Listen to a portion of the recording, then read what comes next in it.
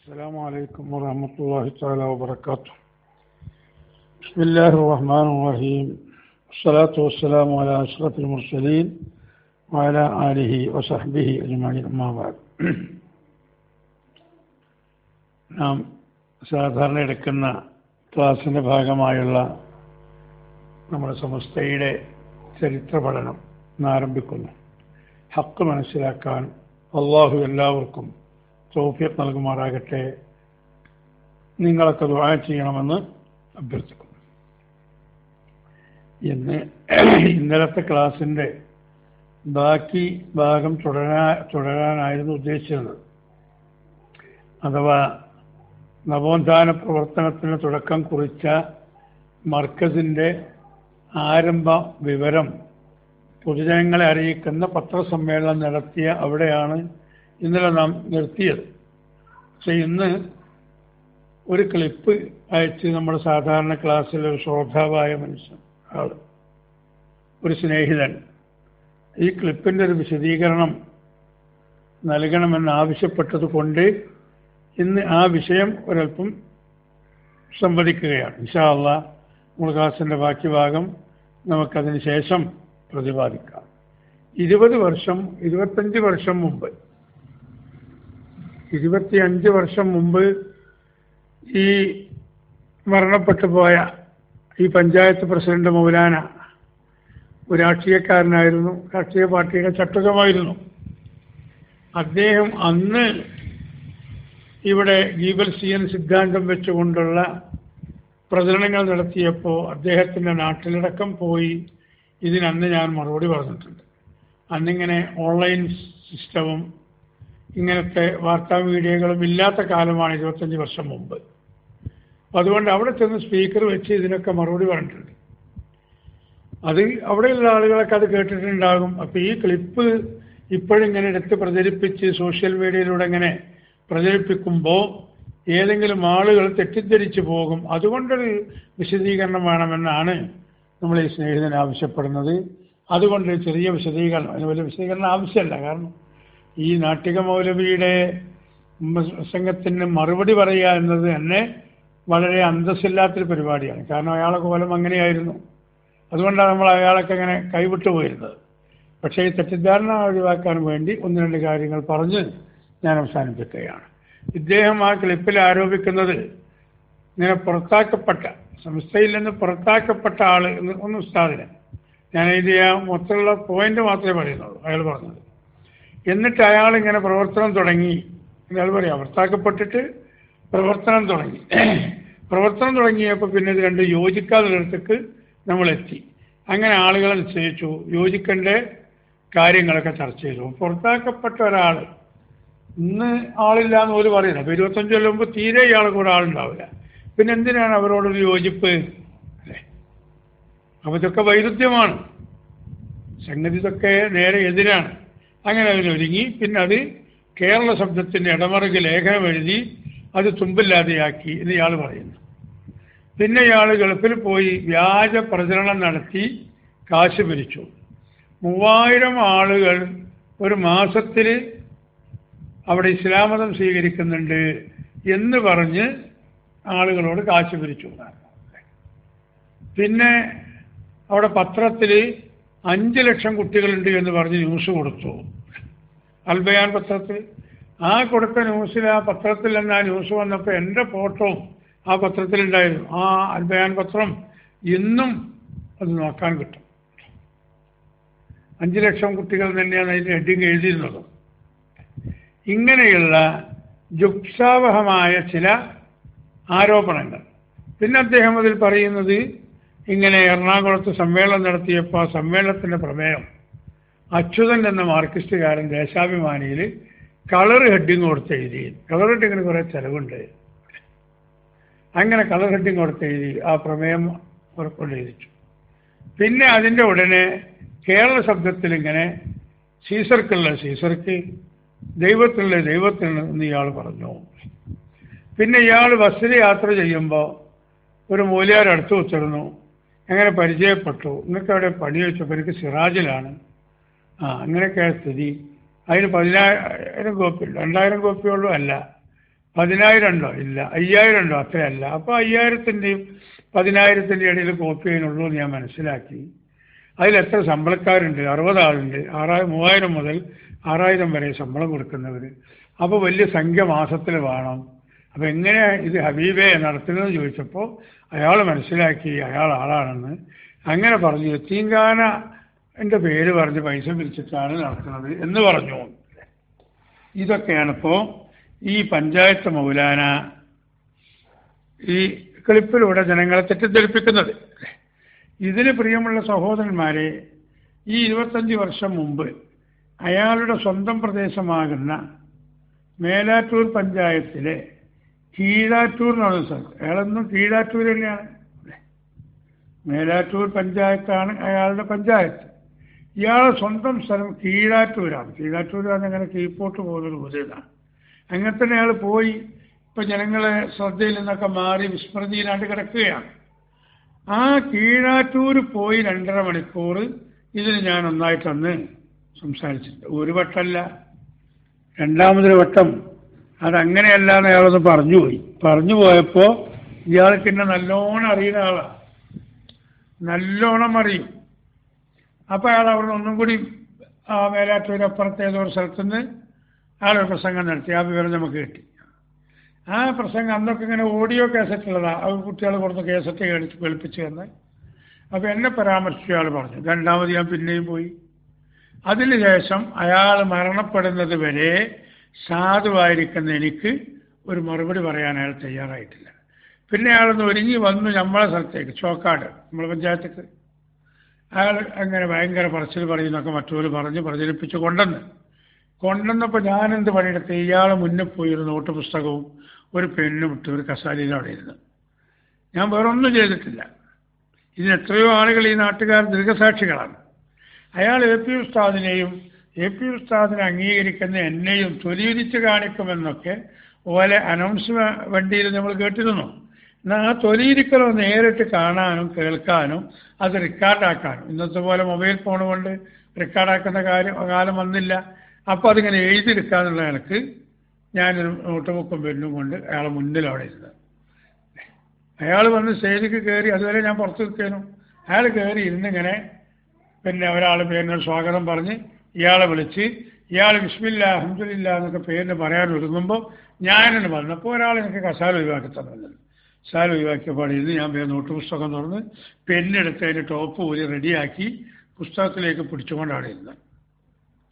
അള്ളാഹുവിൻ്റെ തൗഫീഖ് കൊണ്ട് അയാൾ കുറച്ച് അവിടെ ഇവിടെയുള്ള കാര്യങ്ങളും സുന്നത്തി ജമാഅത്തിൽ ജീവിച്ചാലേ നമുക്ക് രക്ഷ കിട്ടുകയുള്ളൂ എന്നും അതുകൊണ്ട് സുന്നികളായി നമ്മളൊക്കെ ജീവിക്കണം എന്ന് പറഞ്ഞ് ഏകദേശം ഒരു 40 മിനിറ്റ് കൊണ്ട് പ്രസംഗം അവസാനിപ്പിച്ച് എനിക്ക് അത്യാവശ്യമായി മറ്റൊരു സ്ഥലത്ത് പിന്നെയും പോകാനുണ്ട്.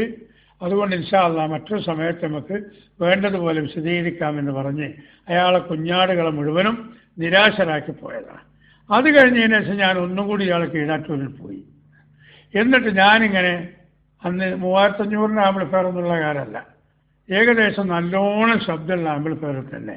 എന്തുകൊണ്ട് നാട്ടിക മൂസ മൗലവി എൻ്റെ നാട്ടിൽ വന്ന് പ്രസംഗിക്കാൻ വന്നിട്ട് അദ്ദേഹത്തിന് അക്ഷരം പറയാൻ കഴിഞ്ഞില്ല, എന്നാൽ ഞാനിതാ പറയുന്നു എന്ന് പറഞ്ഞ് ഒന്നുകൂടി വിശദീകരിച്ച് അയാളെ നാട്ടിൽ നിന്നും പ്രസംഗിച്ച് അയാൾ കൂപ്പും വിളിക്കുകയൊക്കെ ചെയ്തിരുന്നു.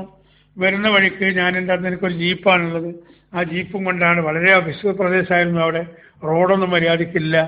എന്നിട്ട് അവിടെ ഒരു കല്ല് വലിച്ചിട്ടിട്ടും തടസ്സം സൃഷ്ടിച്ചിട്ടും ഒക്കെ ഉണ്ടായിരുന്നു. അതൊക്കെ അൽഹംദുലില്ലാ നമ്മളെ കൂടെ കുറച്ച് നാല് പ്രവർത്തകർ ഞാൻ കൂട്ടിയിരുന്നു. അതൊക്കെ ഭാര്യ വലിച്ച് ഒഴിവാക്കി ഞങ്ങളെ തടിക്കൊന്നും കേടുപറ്റാതെ ഞങ്ങൾ തിരിച്ചു പോന്നു. ആ മൗലവിയുടെ ക്ലിപ്പാണ് ഇപ്പോൾ ഈ സോഷ്യൽ മീഡിയയിൽ ഇപ്പോൾ ചില ആളുകൾ ഇട്ടിട്ട് അല്ലെങ്കിൽ അത് കേൾപ്പിച്ചു കൊടുത്തിട്ട് ആളുകളെ തെറ്റിദ്ധരിപ്പിക്കുന്നത്. അതുകൊണ്ട് അതിലുള്ള അയാൾ പറയുന്ന ആരോപണങ്ങളിലേക്ക് നമുക്കൊന്ന് ഇറങ്ങിച്ചെല്ലാം ഒരു കുറച്ച് സമയം. അയാളതിൽ ആദ്യം പറയുന്നത് കാന്തപുരം ഉസ്താദിനെ പുറത്താക്കി. ഇന്ന് ഓല് തന്നെ സമ്മതിക്കുന്നുണ്ട്, ഓല് ഇറങ്ങിപ്പോകുന്നതാണ്. അപ്പോൾ ആ മറുപടി അവരെ ആ പ്രസംഗത്തിനോർക്ക് കിട്ടുന്നത് കൊണ്ട് അതിലേക്ക് വെറുതെ നമ്മൾ സമയം കളയുന്നില്ല. ഉസ്താദിനെ പുറത്താക്കിയിട്ടില്ല. ഉസ്താദ് 11 ആളെന്ന് എഴുന്നേറ്റ് പോകുന്നതിൽ 8ാമത്തെ ആളായി ഉസ്താദ് സ്വയം എഴുന്നേറ്റ് പോകുന്നതാണ്, പുറത്താക്കിയതല്ല. എന്നിട്ട് തട്ടിക്കൂട്ടി പ്രവർത്തനം ഉണ്ടാക്കിയത് നടത്തിയതാണ് രണ്ടാമത്തെ ആരോപണം. അല്ല, വ്യവസ്ഥാപിതമായി ജനറൽ ബോഡി വിളിച്ച് അതിൽ നിന്നും തിരഞ്ഞെടുക്കപ്പെട്ട് ആധികാരികമായി അധികാരത്തിൽ വന്നതാണ്. അതിന് നമ്മൾ തോന്നെ സമയം കളയേണ്ടതില്ല. ഇതിൻ്റെ നേരത്തെയുള്ള നമ്മളെ ക്ലാസ് കേട്ടാൽ എങ്ങനെയാണ് പ്രശ്നം ഘടിപ്പിച്ചത്, എന്തൊക്കെയായിരുന്നു അവസ്ഥ എന്ന് നമ്മൾ വിശദമായിട്ട് പറയും. പിന്നെ അവർ പറയുന്നത് എന്താണ്, JDT ഇസ്ലാം പോലെ ഇതും അങ്ങനെ ഇവരുടെ കുടുംബ സ്വത്താക്കി മാറ്റി അല്ലേ. ഐക്യത്തിന് വേണ്ടി ഇവർ ഒരുങ്ങിയപ്പോൾ അവർ വെച്ചൊരു ഡിമാൻഡ് ഞങ്ങൾക്ക് അതിൻ്റെ ആധാരം കാണണം എന്ന്. ആധാരം കാണണമെന്ന് പോലും പറഞ്ഞപ്പോൾ എല്ലാവർക്കും ആധാരം അങ്ങനെ കാണിച്ചു കൊടുക്കൊന്നുമില്ല. കാണിച്ചു കൊടുക്കേണ്ടവർക്ക് ഞങ്ങൾ കാണിച്ചു കൊടുക്കുകയും ചെയ്തിട്ടുണ്ട്, അവർക്കൊക്കെ അത് ബോധ്യപ്പെടുകയും ചെയ്തിട്ടുണ്ട് അല്ലേ. അള്ളാഹു തൗഫീഖ് ചെയ്ത് ഇന്നും മർക്കസു സഖാഫത്ത് സുന്നിയക്ക് ഇന്ന് ആയിരക്കണക്കിന് കോടി ഉറുപ്പികയുടെ ആസ്തിയുണ്ട്. ആയിരക്കണക്കിന് കോടി ഉറുപ്പികയുടെ ആസ്തിയുണ്ട് അല്ലേ. അത് സ്ഥലമുണ്ട്, ബിൽഡിംഗ് ഉണ്ട്, എല്ലാം കൂടിയിട്ട് ആയിരക്കണക്കിന് കോടി ഉറുപ്പികയുടെ ആസ്തിയുണ്ട്. ഈ ആസ്തി അതിലുള്ള ഏതെങ്കിലും ഒരു സെന്റ് സ്ഥലത്തിൻ്റെ മർക്കസിനുള്ള ആസ്തിയിൽ നിന്ന് ഒരു സെന്റ് സ്ഥലത്തിൻ്റെ ആധാരം ബഹുമാനപ്പെട്ട കാന്തപുരം AP അബൂബക്കർ മുസ്ലിയാർ സാധാരണ ആധാരം എഴുതുമ്പോൾ പാപ്പാൻ്റെ പേരും പിന്നെ ഈ ആളെ പേരും എഴുതി വയസ്സൊക്കെ എഴുതിയിട്ടാണ് ഉണ്ടാവുക. അന്നിപ്പോൾ മർക്കസിൻ്റെ സ്ഥലമെടുക്കുന്ന കാലത്ത് ഉസ്താദിനൊരു 37-38 വയസ്സുണ്ടാവും. അപ്പോൾ ആ ആധാരത്തിൽ ആലിങ്ങാപ്പൊയിൽ അഹമ്മദ് ഹാജിയുടെ മകൻ അബൂബക്കർ 37 വയസ്സ് പേരിൽ എഴുതി കൊടുക്കുന്ന ജന്മം ഈ ആധാരം, അങ്ങനെയുള്ള ആധാരം ഇല്ല. അങ്ങനത്തെ ഒരു ആധാരത്തിൻ്റെ കോപ്പി കാണിച്ചു തരാൻ വിവരാവകാശ നിയമപ്രകാരം ഇന്ത്യ രാജ്യത്തുള്ള ഏത് രജിസ്റ്റർ ഓഫീസുകളിൽ അന്വേഷിച്ചാലും കിട്ടുന്ന കാര്യമാണിത്. അങ്ങനെ അന്വേഷിച്ചിട്ട് കാന്തപുരം AP അബൂബക്കർ മുസ്ലിയാരുടെ പേരിൽ മർക്കസിൻ്റെ ആസ്തിയിൽ നിന്ന് ഒരു സെന്റ് സ്ഥലമെങ്കിലും ഉണ്ടെന്ന് സ്ഥാപിക്കുവാൻ ഈ മരണപ്പെട്ടു പോയ മൗലവിയുടെ റൂഹിനെയും ആ റൂഹ് ബാധ ഏറ്റ് എന്തെങ്കിലുമൊക്കെ ഇങ്ങനെ പ്രസംഗിച്ച് നടക്കുന്ന ചേളാരി വിഭാഗത്തിലുള്ള മുഴുവൻ ആളുകളെയും, അവരെ മുഴുവൻ കുല്ലും അജ്മഊൻ അടങ്കൽ എല്ലാ നേതാക്കളെയും അത് കേട്ട് തെറ്റിദ്ധരിച്ച് ആ ഭാഗത്ത് അടിഞ്ഞുകൂടിയിട്ടുള്ള സാധാരണക്കാരെയും നമ്മൾ വെല്ലുവിളിക്കല്ല, നിങ്ങളോട് ഞങ്ങൾ ആവശ്യപ്പെടുകയാണ്. എന്ത് കാന്തപുരം അബൂബക്കർ മുസ്ലിയാർ അയാൾ പറയാം, എൻ്റെ അടുത്ത് ആധാരത്തിൻ്റെ കോപ്പി ഉണ്ട് ഇല്ലേ. പ്രസംഗിക്കുമ്പോൾ ഒരാൾക്ക് സ്റ്റേജിൽ നിന്നിട്ടേ ഇങ്ങനെ പ്രസംഗിക്കാം.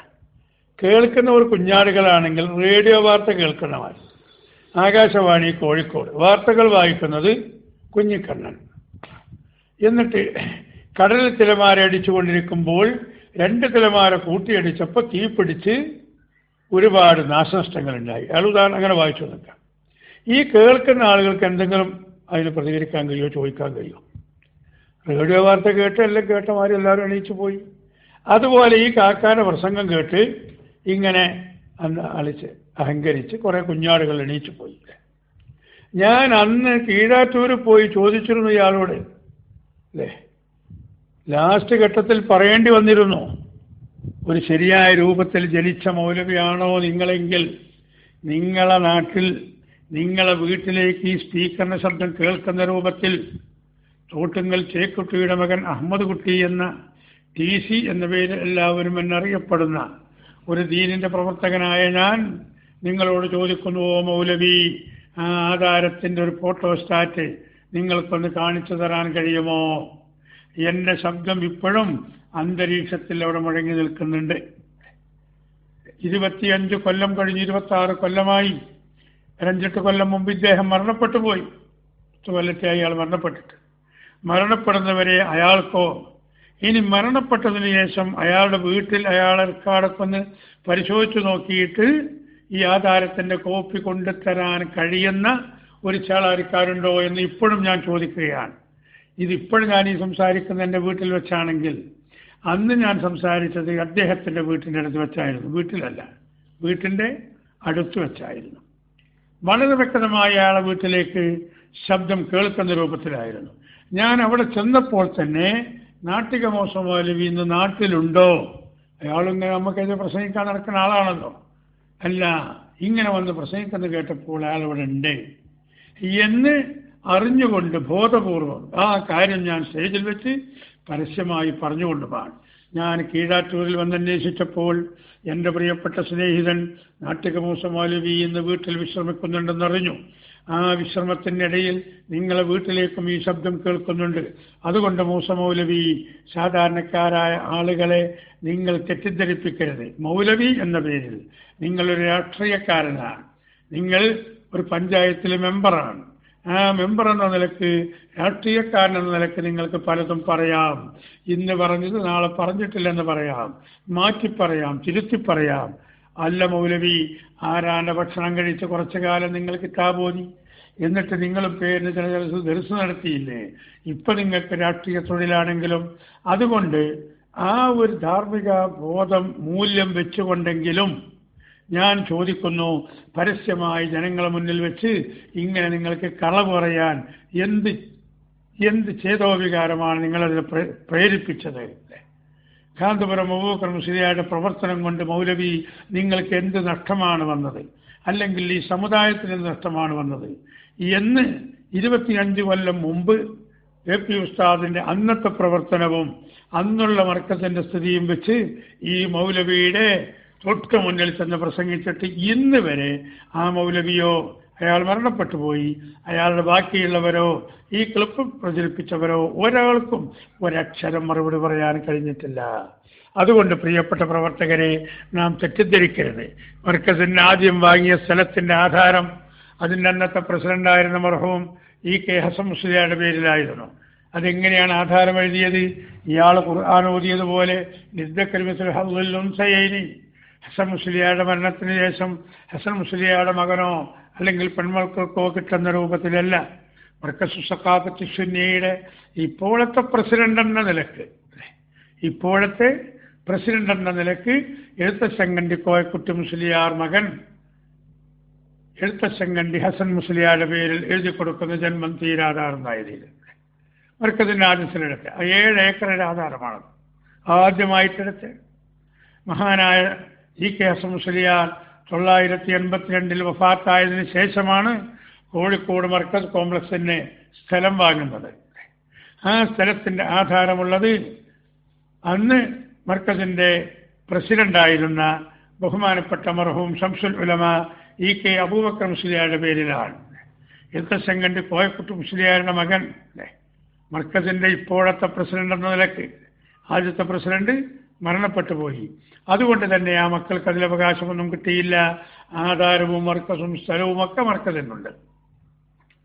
പിന്നീട് മർക്കസിന്റെ പ്രസിഡന്റായതിന്റെ ജ്യേഷ്ഠ സഹോദരൻ മഹാനായ ശംസുൽ ഉലമ മഹാനവറുകളായിരുന്നു. ആ കോംപ്ലക്സിന്റെ ആധാരം നിങ്ങളൊന്ന് പോയി പരിശോധിക്ക്.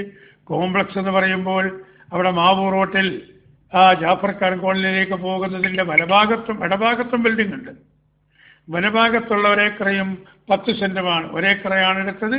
അത് അളന്ന് അവസാനം മണ്ണക്കെട്ട് ശരിയാക്കി നോക്കിയപ്പോൾ ഒരേക്കറും 10 സെന്റും ഉണ്ടായിരുന്നു. അതിൽ നിന്നൊരു 4-5 സെന്റ് റോഡിന് വേണ്ടി വിട്ടുകൊടുത്തിട്ടുണ്ടെങ്കിൽ ഒരേക്കറും ചില്ലറും ഇപ്പോഴും ഉണ്ട്. ഒരേക്കറയുടെ ആധാരമുള്ളത് മർക്കസിന്റെ ഇപ്പോഴത്തെ പ്രസിഡന്റ് എന്ന നിലക്ക് എഴുത്തച്ഛങ്കണ്ടി കോയക്കുട്ടി മുസ്ലിയാരുടെ മകൻ എഴുത്തച്ഛങ്കണ്ടി അബൂബക്കർ മുസ്ലിയാരുടെ പേരിൽ എഴുതി കൊടുക്കുന്ന ജന്മം തീരാധാരം എന്നാണ്. എന്നാൽ അതിന്റെ വലഭാഗത്ത് അഥവാ പള്ളിയൊക്കെ നിൽക്കുന്ന മസ്ജിദ് ബസാറും പള്ളിയും നിൽക്കുന്ന സ്ഥലം വാങ്ങിയപ്പോഴോ അതിന്റെ ആധാരമുള്ളത് ബഹുമാനപ്പെട്ട ശംസുൽ ഉലമ മർക്കസിന്റെ പ്രസിഡന്റ് സ്ഥാനത്തുനിന്ന് ഒഴിവായി. അല്ലേ, നമ്മൾ ഒഴിവാക്കിയതൊന്നുമല്ല, അതുമാണെങ്കിൽ നമുക്ക് വേറെ വിശദീകരിക്കാം. അതിനുശേഷം ബഹുമാനപ്പെട്ട മർഹൂം അവേലത്ത് തങ്ങളെ പ്രസിഡന്റായി തിരഞ്ഞെടുത്തു. ആ തെരഞ്ഞെടുത്തതിന് ശേഷമാണ് ഇടഭാഗത്തുള്ള പള്ളിയും മസ്ജിദ് ബസാറും നിൽക്കുന്ന സ്ഥലം അതുള്ളത് മഹാനായ അവേലത്ത് കുഞ്ഞുശ്ശേരി കോയത്തങ്ങൾ അവരുടെ പേരിലാണ്. അത് മർക്കസിന്റെ ഇപ്പോഴത്തെ പ്രസിഡന്റ് എന്ന നിലയ്ക്ക്. ഇപ്പൊ നമുക്ക് വളരെ വിപുലമായ ഒരു സ്ഥലമാണ് മർക്കസ് നോളേജ് സിറ്റി നിൽക്കുന്ന താമരശ്ശേരിക്കടുത്ത കൈതപ്പൊയ്. ആ സ്ഥലം നമുക്ക് ആരോടും പറയാലോ. പണ്ട് നമ്മളത് പറയൽ മൂടി വെച്ചിരുന്നു. ഈ പാര വെക്കുമെന്ന കാലത്ത് ഇപ്പോഴതല്ല നമ്മൾ പറയുന്നു. താമരശ്ശേരി അവിടെ നിന്ന് വയനാട് റോഡിൽ പോയാൽ ഉടങ്ങാക്കാട് മഖാമ് കാണും. അവിടെ ഒന്ന് സിയാറത്ത് ചെയ്ത് ഒരൽപ്പം അങ്ങോട്ട് മുന്നോട്ട് പോയാൽ കൈതപ്പൊയിൽ എന്ന് കാണും. ആ കൈതപ്പൊയിലിൽ നിന്നും വലഭാഗത്തേക്ക് 1.5 കിലോമീറ്റർ 2 കിലോമീറ്ററിനുള്ളിൽ സഞ്ചരിച്ചാൽ മർക്കസ് നോളേജ് സിറ്റി കാണും. ആ സ്ഥലമുള്ളത് ആരുടെ പേരിലാണ്? നമുക്കത് പരിശോധിക്കാം. ആ നോളേജ് സിറ്റിയുടെ പ്രവിശാലമായ 125 ഏക്കർ സ്ഥലത്തിന്റെ ആധാരം കൊയിലാണ്ടി വലിയകത്ത് വീട്ടിൽ താമസിക്കും സയ്യിദ് അഹമ്മദ് ബാഫഖി മകൻ സയ്യിദ് അലി ബാഫഖി തങ്ങളുടെ പേരിൽ എഴുതി കൊടുക്കുന്ന ജന്മം തീരാധാരം ഏതടിസ്ഥാനത്തിൽ? മർക്കസിന്റെ ഇപ്പോഴത്തെ പ്രസിഡന്റ് എന്ന നിലക്ക്. പ്രിയമുള്ള സഹോദരന്മാരെ, ഇതാണ് ഇതിന്റെ യാഥാർത്ഥ്യം.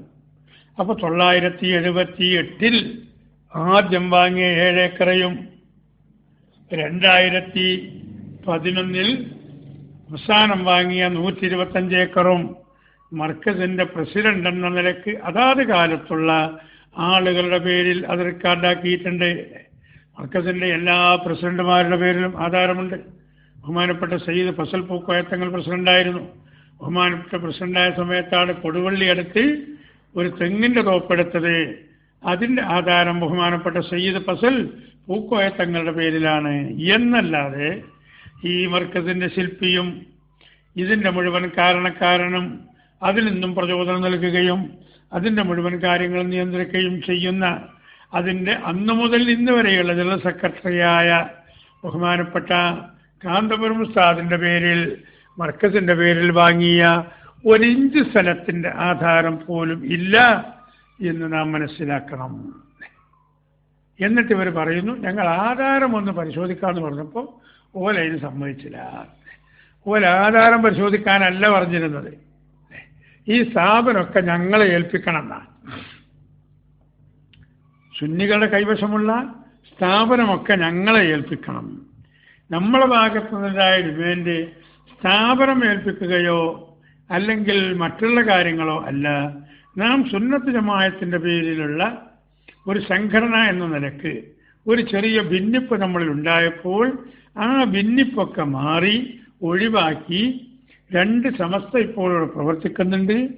ആ 2 സമസ്തയും പിരിച്ചുവിട്ട് സമസ്തക്ക് തെരഞ്ഞെടുക്കാൻ അർഹതയുള്ള ജനറൽ ബോഡി മെമ്പർമാരുണ്ട്.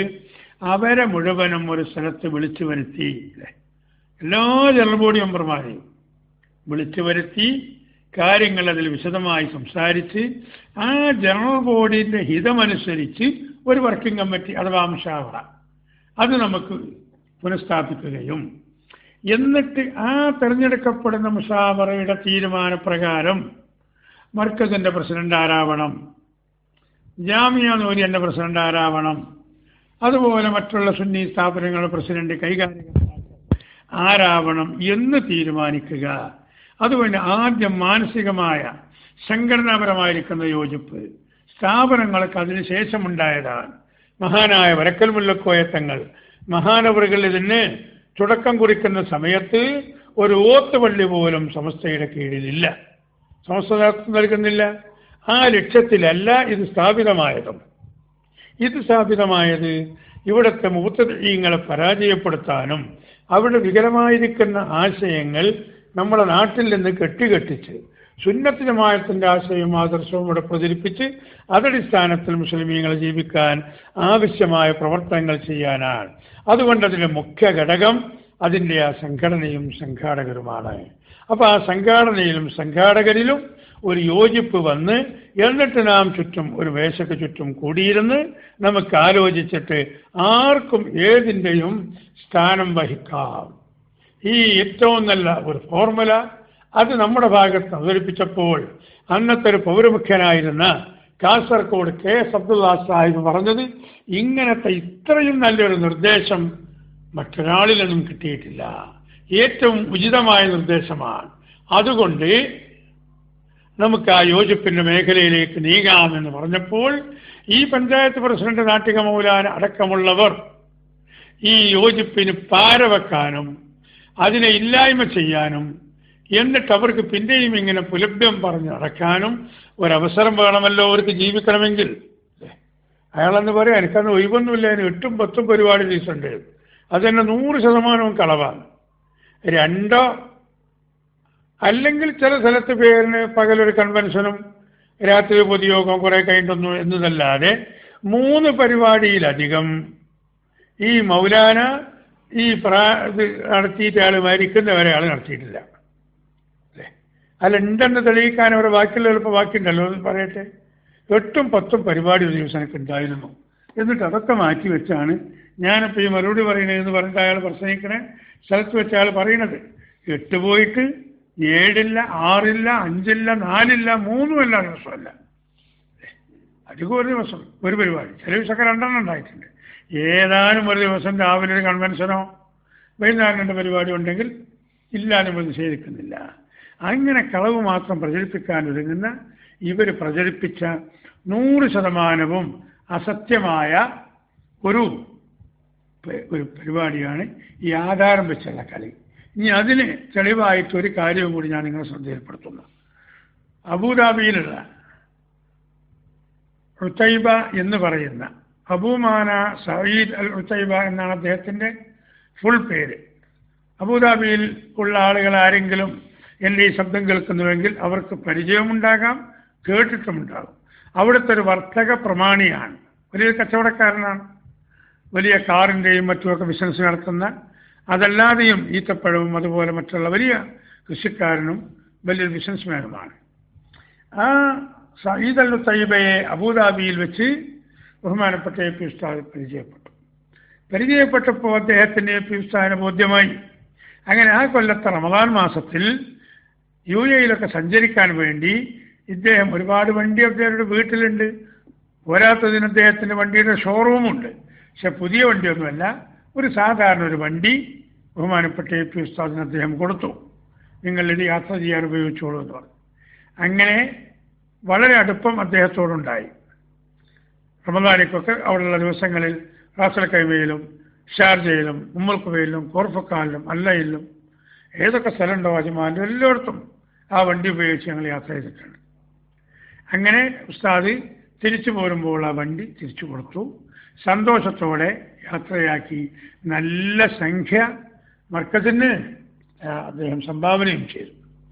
അങ്ങനെ നോമ്പൊക്കെ കഴിഞ്ഞ് പിന്നെ ഉസ്താദ് UAE സന്ദർശിക്കാൻ വന്നപ്പോൾ ഇങ്ങനെയൊക്കെ നമ്മളെ ബഹുമാനിക്കുകയും ആദരിക്കുകയും ചെയ്ത ആളാണല്ലോ. വളരെ പ്രായമുള്ള ഒരാളുടെയും കൂടിയാണ്. അദ്ദേഹത്തിന് ചെന്ന് കാണാം, സൗഹൃദം പുതുക്കാം എന്ന നിലയ്ക്ക് ഇദ്ദേഹത്തിൻ്റെ വീട്ടിലേക്ക് പോയി. വീട്ടിലേക്ക് പോകുന്നത് പറയാതെയൊന്നുമല്ല, ടെലിഫോൺ ചെയ്തു, സലാം പറഞ്ഞു, മൗജൂദും ഫിൽ ബൈത്ത്, ആന മൗജൂദും ഫിൽ ബൈത്ത്, എന്നാൽ ഞങ്ങൾ വരുന്നുണ്ട് എന്ന്. അപ്പോൾ വരണ്ടാന്നൊന്നും പറഞ്ഞില്ല, വരണമെന്നും പറഞ്ഞില്ല. ഞങ്ങൾ ചെന്നു. ഈ ഗേറ്റിൽ കാവൽ നിൽക്കുന്ന ആളുകൾക്ക് പല പ്രാവശ്യവും പോയി പരിചയമുള്ളതിൻ്റെ പേരിൽ സമ്മതം ചോദിക്കാതെ തന്നെ ഗേറ്റ് തുറന്നു വന്നു. ഞങ്ങളൊരു വണ്ടിയിൽ പോയി മജ്ലിസിൻ്റെ മുന്നിൽ ഇറങ്ങുമ്പോൾ ഈ പ്രമുഖനായ ആള് ഇങ്ങോട്ട് ഇറങ്ങി വരുന്നു മുറ്റത്തേക്ക്. അപ്പോൾ ആദ്യം നമ്മൾ മനസ്സിലാക്കിയൊരു സ്വീകരിക്കാനൊരു വരവുണ്ട്, അതായിരിക്കണം. പക്ഷെ അദ്ദേഹത്തിൻ്റെ മുഖഭാവം കണ്ടപ്പോൾ ഞങ്ങൾക്കൊരു ഒരു വെല്ലായ്മ അതുപോലെ തന്നെ സംഭവിച്ചു. വന്നവരവനാൾ നിന്ന് നിങ്ങളൊരു മുസ്ലിയാരാണ് വിചാരിച്ചിരുന്നു. ഇല്ല, മലയാളത്തിലല്ല കേട്ടോ, ഞാനിപ്പോൾ നിങ്ങളോട് മലയാളം പറയാം. നിങ്ങളൊരു മുസ്ലിയാരാണ്, ആലിമാണ്, പണ്ഡിതനാണെന്ന് കരുതിയിരുന്നു, സ്ഥാപനം നടത്തുന്ന ആളാണെന്ന് മനസ്സിലാക്കിയിരുന്നു. നിങ്ങൾ ഈ കോലത്തിലാണ് ചെയ്യുന്നത്, അങ്ങനെയാണ് ഇങ്ങനെയാണ്. നിങ്ങൾ ഈ സ്ഥലമൊക്കെ വാങ്ങി നിങ്ങളുടെ പേരിൽ, നിങ്ങളുടെ മക്കളുടെ പേരിലല്ലേ, നിങ്ങളവിടെ ഒരു പുറപ്പത്തുജായ ഒരു കോംപ്ലക്സ് ഉണ്ടാക്കിയിട്ടുണ്ട്, ഒരു ട്രെയിനിങ് സെൻ്റർ ഉണ്ടാക്കിയിട്ടുണ്ട്, നിങ്ങളുടെ പേരിലല്ലേ, മക്കളുടെ പേരിലല്ലേ, അറ്റതല്ലേ എന്ന് പറഞ്ഞ് ഇയാളിങ്ങോട്ട് രോഷം പൂണ്ട് അങ്ങോട്ട് പറയുന്നതൊന്നും കേൾക്കാനുള്ള അവസ്ഥയില്ല. അപ്പം പിന്നെ ഞങ്ങൾ മനസ്സിലാക്കി ആളെ പറഞ്ഞു കഴിയട്ടെ. ഒരു 2-2.5 മിനിറ്റ് അദ്ദേഹം വളരെ രോഷത്തോടുകൂടി സംസാരിച്ചു, വിയർത്ത് പോയി. എന്നിട്ട് അയാൾ നിർത്തിയപ്പോൾ പറഞ്ഞു, നിങ്ങൾ ഈ പറഞ്ഞത്, ബഹുമാനപ്പെട്ട എ പി ഉസ്താദ് പറയാണ്, നിങ്ങൾ ഈ പറഞ്ഞത് ഞങ്ങൾ മാത്രമല്ല അള്ളാഹു ഇത് കേട്ടിട്ടുണ്ട്. നിങ്ങളുടെ 2 ചുമലിലുള്ള മലക്കുകൾ ഇതിന് സാക്ഷിയാണ്, അല്ലാതെയും സാക്ഷിയുണ്ടാകും. അള്ളാഹുവിൻ്റെ കോടതിയിൽ വെച്ച് ഇതിന് ഞാൻ നിങ്ങൾക്ക് മറുപടി പറയും. ഈ പറഞ്ഞത് മുഴുവനും 100% കളവാണ്. സത്യത്തിൻ്റെ കണിക പോലും അതിലില്ല. നിങ്ങൾ തെറ്റിദ്ധരിച്ച് ആരിൽ നിന്നോ കേട്ട് നിങ്ങളെന്തോ പറയുകയാണ്. അള്ളാഹു നിങ്ങളുടെ കാര്യത്തിലൊരു തീരുമാനമെടുത്തോട്ടെ. അപ്പോൾ ഇയാൾക്ക് പേടിയായി, ബേജാറ് വരും. അറബികൾക്കാണെങ്കിലും ഓർക്ക് പറയാനുള്ളതാണ് പറഞ്ഞാൽ പിന്നെ ഓർക്ക് അങ്ങനത്തെ നമ്മളെ മാതിരി ഈ കുനിഷ്ടം കുറ്റൊന്നും മനസ്സിൽ വെച്ച് നടക്കുന്ന പരിപാടിയൊന്നും അറബികൾക്കില്ല. ഇതുകൂടി കേട്ടപ്പോൾ അവർ വന്ന് ഉസ്താദിന് കൈ കൊടുത്ത് പിന്നെയാണ് സലാം പറയുന്നത്. വിട്ടുപിടിക്കാൻ നോക്കി നമ്മൾ മജലിസിൽ കയറാറുള്ളത്. ഒരു അരമുറുക്ക് വെള്ളം നിങ്ങളെ വീട്ടിൽ നിന്ന് കൊടുക്കൂലാണ് ഞാൻ ഉസ്താദ്. നിങ്ങളെ മജലിസിലേക്ക് ഞാൻ ഇനി കയറൂല്ല എന്നോ. അല്ല ഷേഖ് പോക്ക് ഇല്ല, കയറൂല. ഞാൻ കയറും ഇൻഷാ അള്ളാഹ്. നിങ്ങൾ എന്നെക്കുറിച്ച് വളരെ വ്യക്തമായ ഒരു ആരോപണമാണ് പറഞ്ഞത്. മർക്കസിന്റെ കോംപ്ലക്സിന്റെ സ്ഥലവും മർക്കസ് സഖാഫ് സുന്നിയ നിൽക്കുന്ന സ്ഥലവും ഒക്കെ എൻ്റെ പേരിലാണ്. ഇൻഷാ അള്ളാഹ് നിങ്ങൾക്ക് ഞാനത് തെളിയിച്ചു തരും. തെളിയിച്ച് തന്നിട്ട് അതിൻ്റെ ബാക്കി നമുക്ക് നോക്കാം. ബഹുമാനപ്പെട്ട എ.പി. ഉസ്താദ് ആ മുറ്റത്ത് തന്നെ മടങ്ങിയപ്പോൾ ഞങ്ങളും മടങ്ങി. ഞങ്ങളെന്ന് പറഞ്ഞാൽ ഞാനും നമ്മൾ പ്രിയപ്പെട്ടവർ ഇബ്രാഹിം ഹാജി എന്ന് പറഞ്ഞിട്ട് തിരുവള്ളൂരടുത്തുള്ള ഒരു സഹോദരൻ ഉണ്ടായിരുന്നു. അവിടെ സ്കൂളിൽ ഡ്രൈവറായി ജോലി ചെയ്തിരുന്നത് അദ്ദേഹമാണ് നമ്മൾ ഡ്രൈവറായിട്ട് വന്നത്. ഇതിനിടയ്ക്ക് അദ്ദേഹം കഴിഞ്ഞ വർഷം മരണപ്പെട്ടു പോയി. ഒരുപാട് മർക്കത്തിനും സുന്നത്തെ മാത്രം ഖിദ്മത്ത് ചെയ്ത ആളാണ് നമ്മളെ ഈ ഇബ്രാഹിം ഹാജി. അല്ലാഹു തആല അവരുടെ ഖബറ് സന്തോഷമായി കൊടുക്കുമാറാകട്ടെ. എപ്പോഴും നമ്മൾ ദുആ ചെയ്യുന്നുണ്ട്. ഉസ്താദ് അവിടെ നിന്ന് മടങ്ങി വന്നു. പിന്നെന്താണ് സംഭവിച്ചത്? അറബിയുടെ വീട്ടിൽ നിന്നും തിരിച്ചു പോകുന്ന ഉസ്താദ് അവർകൾ 1-2 ദിവസം മാത്രമാണ് പിന്നെ UAE നിന്നത്. ഏതാനും ചില പ്രമുഖരെ കാണാനും കാര്യങ്ങൾ പറയാനും ഉണ്ടായിരുന്നു. ഉടനെ നാട്ടിലേക്ക് തിരിച്ചു. സാധാരണ വന്നാൽ ചിലപ്പോൾ ഒരാഴ്ചയൊക്കെ അന്ന് നിൽക്കലുണ്ട്. 10 ദിവസവും ചിലപ്പോൾ നിൽക്കലുണ്ടായിരുന്നു അന്നൊക്കെ. ഇപ്പോഴാണ് ഇന്നവിടെ, നാളെ അമേരിക്കയിൽ, മറ്റന്നാൾ നൈജീരിയയിൽ, അതിൻ്റെ പിറ്റേ ദിവസം സൗദിയിൽ, പിറ്റേ ദിവസം ഇവിടെ കേരളത്തിൽ, അതിൻ്റെ പിറ്റേ ദിവസം ഡൽഹിയിൽ. ഇങ്ങനെയുള്ള അവസ്ഥ വന്നത് ഇപ്പോൾ കുറച്ച് കാലത്തിനിടക്കാണ്. അന്നൊക്കെ ഒരു 4 ദിവസം, 8 ദിവസം, 10 ദിവസമൊക്കെ ഉസ്താദ് അവിടെ തങ്ങാറുണ്ടായിരുന്നു. അതിന് നിൽക്കാതെ പെട്ടെന്ന് പോകണം. എന്നിട്ട് ഉസ്താദ് പറഞ്ഞ DC ഞാൻ കോഴിക്കോട് എത്തിയതിന് ശേഷം ഈ ആധാരങ്ങൾ ഇംഗ്ലീഷിലേക്ക് ട്രാൻസ്ലേറ്റ് ചെയ്ത് അത് മൊഴിമാറ്റം നടത്തി. എന്നിട്ട് ഈ ആധാരങ്ങൾ രജിസ്റ്റർ ചെയ്ത കുന്നമംഗലം സബ് രജിസ്റ്റർ ഓഫീസുണ്ട് അവിടെ, അതുപോലെ കോഴിക്കോട് സബ് രജിസ്റ്റർ ഓഫീസുണ്ട് അവിടെ ചെന്ന് ഈ മലയാളത്തിലെ ആധാരവും അതിൻ്റെ ഇംഗ്ലീഷ് കോപ്പിയും കാണിച്ചു കൊടുത്ത് രജിസ്ട്രാറെ കൊണ്ട് തന്നെ അത് അറ്റസ്റ്റ് ചെയ്യിപ്പിച്ച് ഞാൻ ഇങ്ങോട്ട് അയക്കാം, നിങ്ങൾ അത് കൊണ്ടുപോയി അദ്ദേഹത്തിന് കാണിച്ചു കൊടുത്ത് ബോധ്യപ്പെടുത്തണം. ഉസ്താദ് അവറുകൾ നാട്ടിൽ വന്ന് ഒരു 15 ദിവസം പൂർത്തിയാവുന്നതിന് മുമ്പ് തന്നെ ഇതൊക്കെ ചെയ്ത് അബുദാബിയിലേക്ക് വരുന്ന ആളെ കയ്യിൽ ഇത് കൊടുത്തയച്ചു. അവിടെ കിട്ടിയപ്പോൾ ഞാനതൊന്ന് ഒരു ടൈപ്പിംഗ് സെൻ്ററിൽ ചെന്ന് അതിൻ്റെ ഒരു കോപ്പി അറബിയിലേക്കും പകർത്തിയുള്ളൂ. പിന്നെ അറ്റസ്റ്റ് ചെയ്യാൻ അവിടെ പിന്നെ വേറെ ആവശ്യമില്ല. കാരണം ഈ മലയാളത്തിലുള്ളത് ഇംഗ്ലീഷിലേക്ക് മാറ്റിയത് രജിസ്റ്റർ ഓഫീസർ അറ്റസ്റ്റ് ചെയ്ത് ആ രജിസ്റ്റർ ഓഫീസിൻ്റെ സീലും അനുഭവിച്ചിട്ടുണ്ടല്ലോ. കാരണം ഇതൊന്നും ഒരു നിയമ തടസ്സമല്ല. 7 ഏക്കർ സ്ഥലം ഇങ്ങനെ ഇന്നയാളെ പേരിലുണ്ട് എന്നുള്ളതാണ്. അത് രജിസ്റ്റർ ഓഫീസിലെ റെക്കോർഡ് നോക്കിയാൽ അത് രണ്ടും ഒരു വ്യത്യാസവുമില്ല. അത് ശരിയാണ് എന്നാണല്ലോ അറ്റസ്റ്റിൻ്റെ അർത്ഥം. അങ്ങനെ അദ്ദേഹം സീൽ ചെയ്ത് ഒപ്പുവെച്ച് കൊടുത്ത് അത് അറബിയിലേക്ക് കൂടി മൊഴിമാറ്റം നടത്തി. ഞാൻ ഈ പ്രമുഖനായ അറബിയെ ടെലിഫോണിൽ വിളിച്ചു. ഫോമിനോഷ് അന അഹമ്മദ്, ഓരോടെ ഷെയ്ഖ് അഹമ്മദ് എന്ന് പറയുന്നുണ്ട്. ഞാനിങ്ങനെ മർക്കസിൻ്റെ പ്രവർത്തകനായ അഹമ്മദാണ്. എവിടെയാണ്? നമ്മുടെ താമസിക്കുന്ന സ്ഥലത്തിൻ്റെ ഈ അന്ന് പറഞ്ഞ ആധാരത്തിൻ്റെ കോപ്പി എത്തിയിട്ടുണ്ട്. അതുകൊണ്ട് ഞാൻ ജോലി കഴിഞ്ഞതിന് ശേഷം ഞാനിത് കൊണ്ടുവരുന്നുണ്ട്. എന്നാൽ ഇൻഷാ അല്ലാഹ് വാദൽ അസ്ർ, കാരണം ഉച്ച കഴിഞ്ഞ് ഒരല്പം വിശ്രമിക്കുന്ന ഒരു സ്വഭാവം അവർക്കുണ്ട്. അപ്പോൾ അസറിൻ്റെ ശേഷം ചെല്ലാം. അസറിൻ്റെ ശേഷം ഞാൻ ഈ അട്ടിക്കുള്ള ഈ കോപ്പി അതുമായി അദ്ദേഹത്തിൻ്റെ വീട്ടിലേക്ക് പോകുന്ന സമയത്ത് ഒന്നുകൂടി ടെലിഫോൺ ചെയ്ത് ചെന്നപ്പോൾ അവിടെ കാത്തിരിക്കുന്നുണ്ട്. അത് ചെന്ന് എന്നിട്ട് ഈ 3 കോപ്പി അറബി, ഇംഗ്ലീഷ്, മലയാളം അവർക്കറിയില്ല. ഇംഗ്ലീഷും ഇദ്ദേഹത്തിന് നല്ലോണം അറിയില്ല. കാരണം കുറെ പ്രായമുള്ളവരാണ്. അത്രയൊന്നും സാക്ഷരത നേടിയ ആളല്ലായിരുന്നു. കാര്യബോധം നല്ല ബോധമുള്ള ആളുകളാണ്. അറബിയും കുറച്ചൊക്കെ വായിക്കാനും അത് മനസ്സിലാക്കാനും അവർക്ക് കഴിയുകയും ചെയ്യും. എന്നിട്ട് ഞാൻ പറഞ്ഞു, നിങ്ങളെ കമ്പനിയിലുള്ള ഒരു വിവരമുള്ള ആൾ, മലയാളവും ഇംഗ്ലീഷും അറിയുന്ന ആൾ ഈ രണ്ട് ആധാരവും വെച്ച് പരിശോധിച്ച് നോക്കുക. എന്നിട്ട് എന്നെ വിവരം അറിയിക്കണം. അപ്പോൾ അവിടുന്ന് കാവയും പിന്നെ ചായയും ഈത്തപ്പഴവും സർക്കാരൊക്കെ നടത്തി. അത് നമ്മൾ ഒഴിവാക്കിയിട്ടില്ല. കാരണം അന്ന് ഒരു വെള്ളവും കുടിക്കാതെയാണ് പോന്നിരുന്നത്. പക്ഷെ ഇപ്പം നമ്മൾ തെളിവ് സഹിതം ചെന്നതാണ്.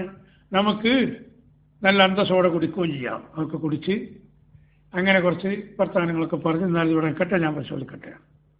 അദ്ദേഹം അന്ന് തന്നെ വൈകുന്നേരം ഒരു ക്രിസ്ത്യാനിയാണ് അദ്ദേഹത്തിൻ്റെ കമ്പനിയിൽ ഒരു അസിസ്റ്റന്റ് മാനേജറായി ജോലി ചെയ്യുന്ന ആൾ. അദ്ദേഹത്തിന് നല്ലവണ്ണം ഇംഗ്ലീഷും മറ്റുമൊക്കെ കൈകാര്യം ചെയ്യാൻ അറിയുന്ന ആളാണ്. അദ്ദേഹത്തെ വിളിപ്പിച്ചു. എന്നിട്ടിത് വായിച്ചു. അന്നുണ്ടായിരുന്ന ഏകദേശം 5 ആധാരങ്ങളുണ്ട്. അഥവാ മർക്കസ് സ്ഥിതി ചെയ്യുന്ന ആ സ്ഥലം, പിന്നെ ഇപ്പോൾ ബോർഡിംഗ് മദ്രസയൊക്കെ സ്ഥിതി ചെയ്യുന്ന അവിടെ രണ്ടാമതെടുത്തത്. ബോർഡിംഗ് മദ്രസ മർക്കസിൻ്റെ താഴ്ഭാഗത്താണല്ലോ. ആർട്സ് കോളേജ് നിലനിൽക്കുന്ന ആ റോഡിൻ്റെ ഇങ്ങേ ഭാഗത്ത്, ഇപ്പോൾ ആർട്സ് കോളേജ് അവിടെയല്ല, ഇപ്പോൾ മറ്റ് പദ്ധതികൾ.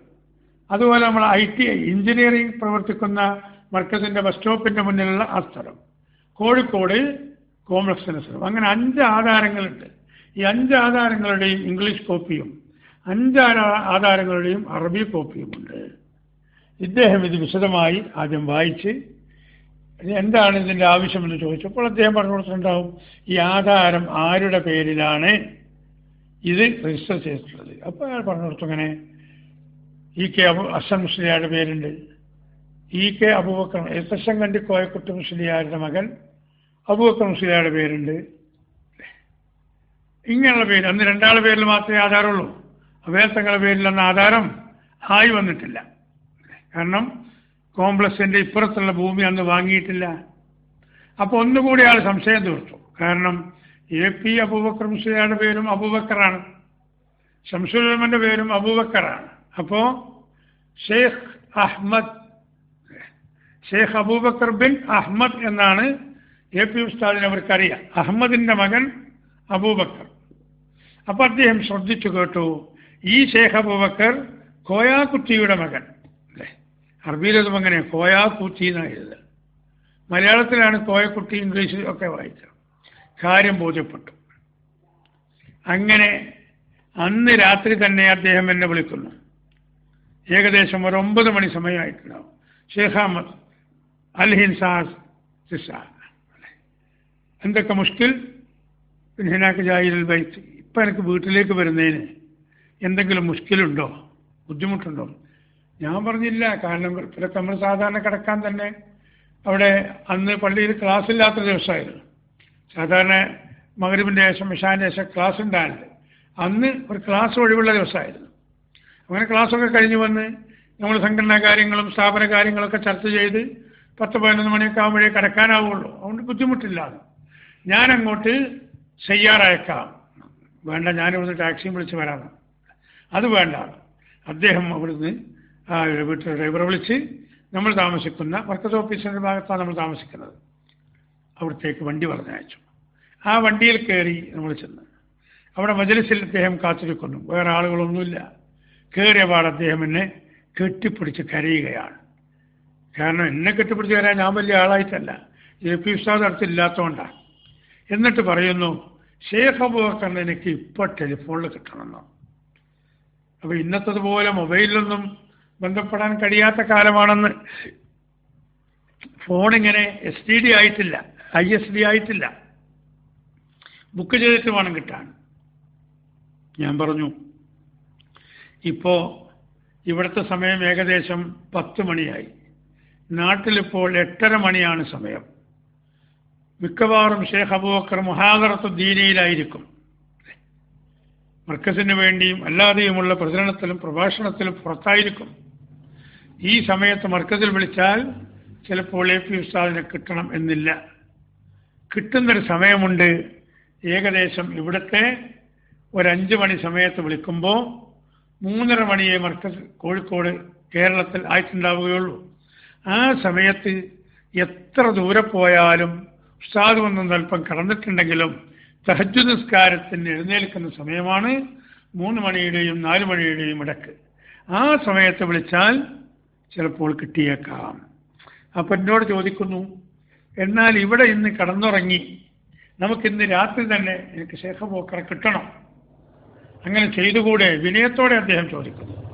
ദീനിൻ്റെ കാര്യമാണല്ലോ, നമ്മളെന്തുകൊണ്ട് സമ്മതിക്കാതിരിക്കണം?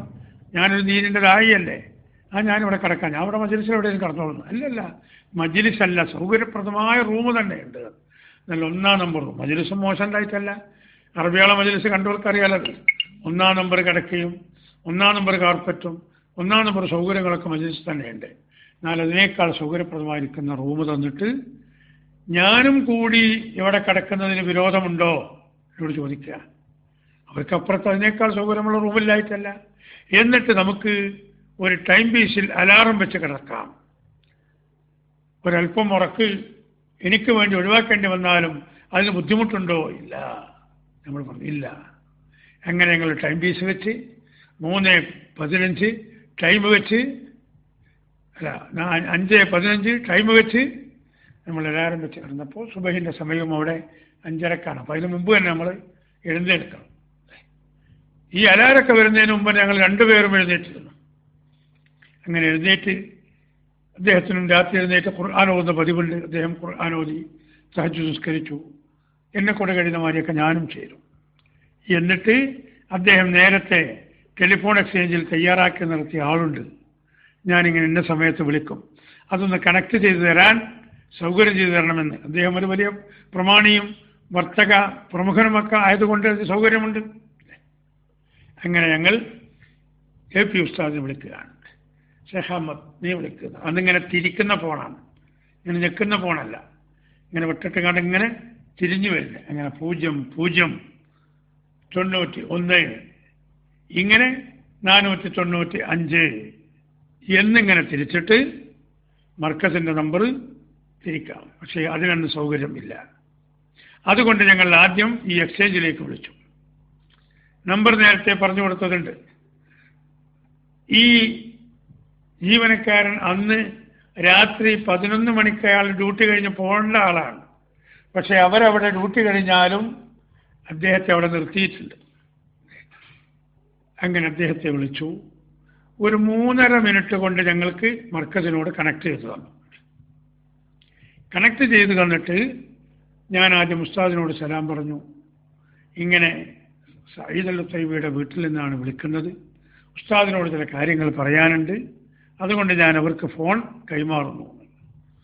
അങ്ങനെ ഉസ്താദിൻ്റെ ആ ഫോണ് നിങ്ങൾക്ക് കൊടുത്തിട്ട് സലാം പറഞ്ഞിട്ട് 2 മിനിറ്റ് അദ്ദേഹം കരയുകയാണ് ചെയ്തത്. പൊരുത്തപ്പെടിച്ചുകൊണ്ടുള്ള കരച്ചിൽ. ഞാൻ പറഞ്ഞു അതുകൊണ്ട് കാര്യമില്ല. 2 മിനിറ്റ് കരഞ്ഞിട്ട് കരച്ചിൽ ഒരുവിധം മുടക്കിയിട്ട് പറയുന്നു, ഷെയ്ഖ് അബൂബക്കർ നാളെ തന്നെ ഇങ്ങോട്ട് വരണം, ഫോണിലൂടെ എനിക്കൊന്നും സംസാരിക്കാൻ കഴിയുന്നില്ല, നാളെ തന്നെ വരണം, എത്ര പൈസ ചിലവാക്കിയാലും നാളെ തന്നെ പുറപ്പെടും. അങ്ങനെ പെട്ടെന്നൊന്നും ഒന്നിങ്ങനെ വരാൻ സൗകര്യപ്പെടാത്ത കോഴിക്കോട് എയർപോർട്ടിൽ നിന്ന് ഡയറക്റ്റ് ആയിട്ടില്ല. അങ്ങനെ ഉസ്താദ് പറഞ്ഞു ഞാൻ 3 ദിവസം കൊണ്ട് അവിടെ എത്താനുള്ളൂ. 3 ദിവസം കൊണ്ടെന്ന് പറഞ്ഞ് 2 ദിവസം കൊണ്ട് ഉസ്താദ് എത്തി. എന്തായിരുന്നു എത്തിയിട്ടുള്ള അവസ്ഥ? ഇൻഷാ അല്ലാഹ് നമുക്കതൊന്ന് വിശകലനം ചെയ്യാം നാളെ. എന്നിട്ട് നാട്ടിക മുസവലിയുടെ ആളുകൾക്ക് നമുക്ക് മറുപടിയും കൊടുക്കാം. ഇത് സ്വല്പം വിശദമായി പറയേണ്ടത് കൊണ്ടാണ് ഞാനിങ്ങനെ വെച്ചത്. ഇൻഷാ അല്ലാഹ് നമുക്ക് ബാക്കി കാര്യങ്ങൾ നാളെ പ്രതിപാദിക്കാം. അല്ലാഹു തൗഫീഖ് ചെയ്യട്ടെ. അസ്സലാമു അലൈക്കും വറഹ്മത്തുള്ളാഹി.